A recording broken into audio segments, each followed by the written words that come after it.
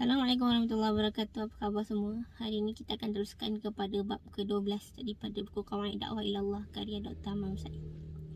Jadi apa di dalam bab ke-12 ni? Bab ke-12 ni bertajuk dakwah adalah gambaran kepada jihad dari sudut matlamat dan kesan dia. Okey, jadi Dr. Hamam Said mengkaitkan antara dakwah dan jihad dalam tajuk ni. Yang pertama sekali kita pergi kepada definisi jihad lah. Yalah, kalau kita dah cakap dakwah tu jihad. Jihad tu kena settle dulu dalam kepala otak kita kan. Jihad tu apa? Ada orang kata jihad ni macam peperangan maut lah. Bunuh-bunuh kan. Biasanya media lah akan putar mainkan perkataan jihad ni buat orang takut pada agama Islam. Tapi sebenarnya jihad ni memiliki makna yang luas. Sebab ayat jihad ni ada banyak dalam Al-Quran.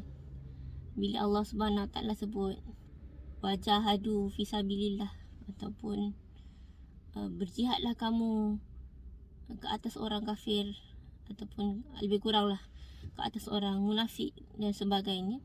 Memang ada ayat-ayat Al-Quran yang macam tu. Jadi adakah Al-Quran ni memang suruh kita membunuh orang? Kan? Berperang. Kalau dalam fikiran kita jihad tu berperang, maksudnya itulah dia kan. Tapi sebenarnya bila dilihat balik ayat-ayat tu, kita dapat lihat bahawa bila Allah Subhanahu Wa Taala menyuruh berjihad, memerangi orang kafir, orang munafik, sebenarnya memerangi dari sudut berdakwah ataupun memerangi dari sudut membalas balik serangan mereka sendiri. Contohnya anda nak buat gambaran gambaran cuba memenangi kes dalam mahkamah. Orang tu fitnah kita nak menang kes dalam mahkamah, kita lawan balik kan.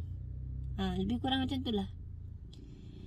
Jadi dakwah dari segi syarak maksudnya adalah memerangi musuh.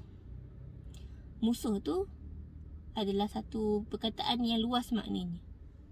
Ikut definisi kita lah nak meletakkan musuh tu sebagai apa. Dan bila kita sebut jihad memerangi musuh, iaitu kita menggunakan seluruh tenaga, seluruh keupayaan untuk memerangi musuh tu. Kenapa kita perangi musuh? Adakah semata-mata sebab kita benci kepada musuh ataupun sebab kita memang nak perang dia je? Mesti ada sebab lain. Mesti ada sebab yang menyebabkan satu peperangan tu berlaku.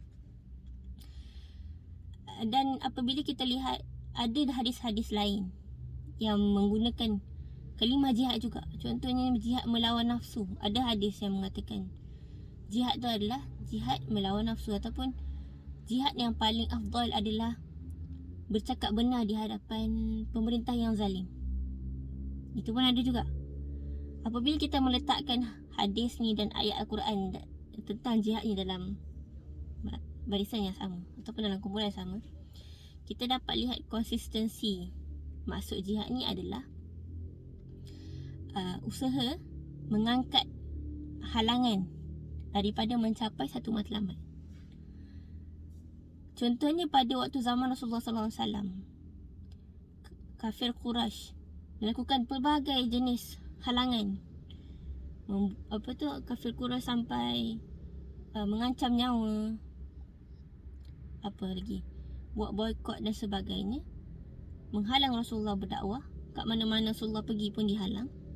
Jadi memerangi mereka sehinggalah halangan-halangan itu terangkat. Kalau kafir Quraisy tu tidak memasuki Islam sekalipun, tapi dia tidak menghalang dakwah, tidak perlu memerangi mereka. Jadi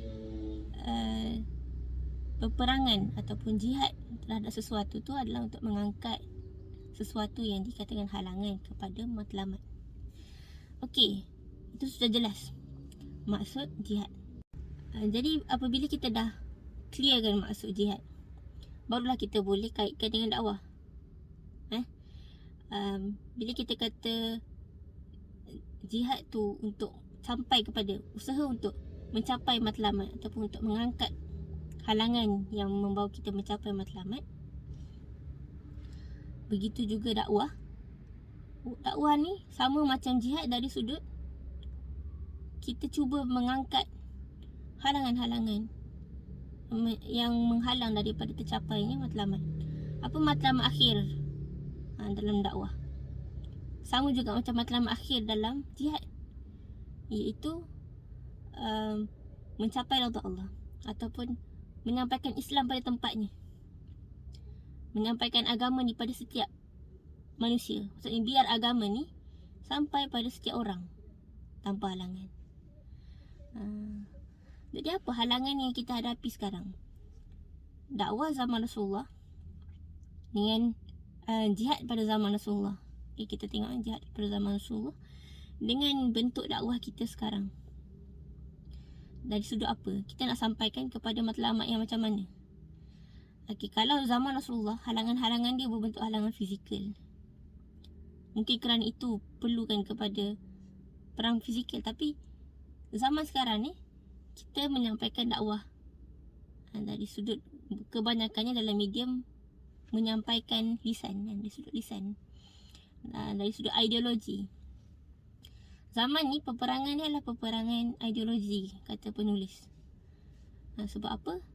Terlalu banyak ideologi di luar sana yang menyebabkan susah untuk kita menyampaikan agama ni.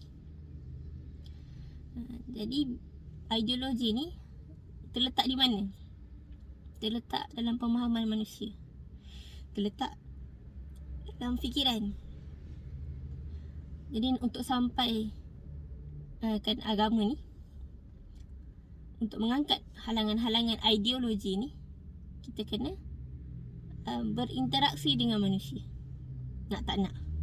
Sebab ideologi tu berada dalam manusia, bukan pada bentuk pedang dan sebagainya, bukan. Jadi dari satu sudut, kita punya usaha dalam dakwah ni kena dalam bentuk pelbagai yang serving minda. Jadi untuk menyantuni manusia, kita perlu bersama-sama duduk dalam masyarakat, bukan mengasingkan diri. Sebab ada orang, bila dia dah baik, dia tak nak campur dengan orang, dia tak nak campur dengan orang lain, supaya dia kata tak macam cukuplah baik seorang-seorang. Sebenarnya kalau kita tengok kepada contoh Rasulullah SAW sendiri, Rasulullah memilih untuk berada dalam masyarakat. Even waktu Rasulullah dekat Madinah pun, Rasulullah nak balik kepada Mekah, nak menyampaikan agama, tidak memutuskan hubungan dengan masyarakat. Jadi begitu juga kita dalam dakwah, kita perlu berada dalam masyarakat untuk menyampaikan, agar kita boleh mengenal pasti, bukan hanya melabel, ataupun kita panggil apa, bukan hanya mengatakan kita tahu masalah itu ada, tapi kita membersamai dalam memahami masalah tu. Maksudnya bukan setakat orang tahu yang para pendakwah tu tahu masalah tu, tapi juga prihatin terhadap masalah tu. Okay, itulah antara gambaran jihad dan dakwah. Okay, kita dalam dakwah ni, apabila kita mahu menyampaikan kepada manusia, nak tak nak kita kena melalui pintu-pintunya lah. Mula-mula perlu bertaaruf, mengenali, memahami. Sebab bila kita memahami ni, lagi mudah kita menyampaikan berbanding dengan kita tak kenal orang tu, betul tiba-tiba kita nak sampaikan kan. Memahami dulu. Itu ada kaedah-kaedah untuk menyantuni manusia. Itu lebih detail lah kan. Kita menggunakan semua yang kita ada sebagai seorang pendakwah, supaya akhirnya agama ni sampai kepada matlamatnya, InsyaAllah. Jadi itulah sedikit sebanyak gambaran dakwah dan jihad, ataupun dakwah sebagai gambaran jihad. Begitulah, semoga kita sama-sama dapat menghayati apa yang cuba disampaikan oleh penulis dan dapat kita gunakan dalam kehidupan kita seharian. InsyaAllah sekian saja. Assalamualaikum warahmatullahi wabarakatuh.